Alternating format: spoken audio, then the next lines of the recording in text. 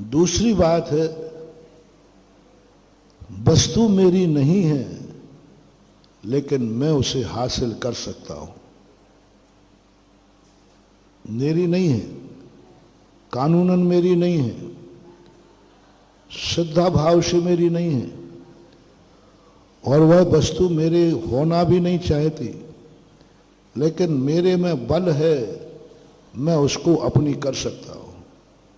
इसे बोलते डाकू। डाकू जानता है कि ये धन मेरा नहीं है, लेकिन वो कहता मैं इस धन को अपने हवाले कर सकता हूं, मैं लूट सकता हूं। पहला तो आतंकवादी है,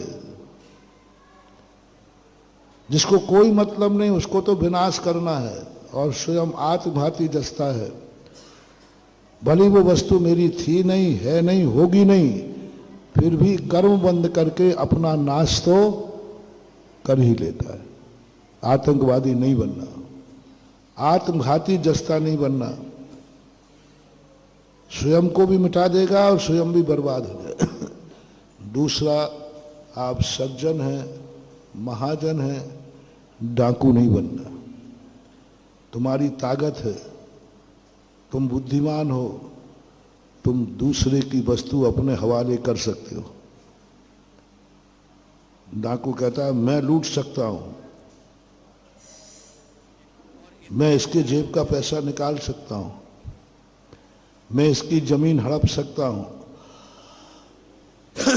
मैं इस स्त्री को उठा सकता हूं,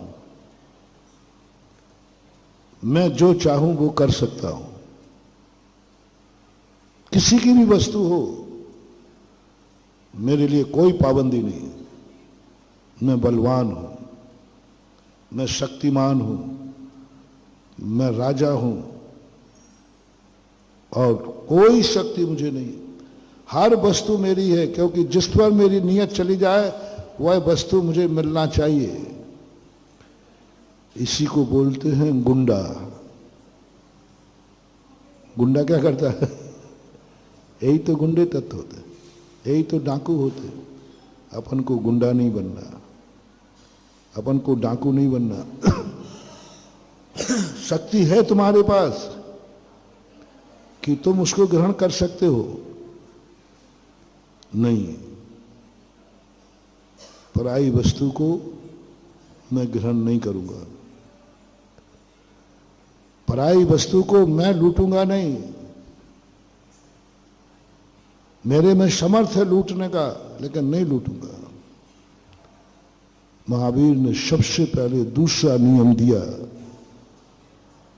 कि तुम पर वस्तु को लूट सकते हो, लेकिन त्याग करो अदत्ता दानम स्तेयम।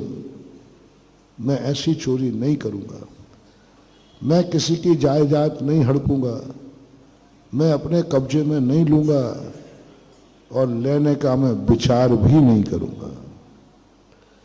तीसरा पाप जो है, यदि कोई पराई वस्तु है और वह वस्तु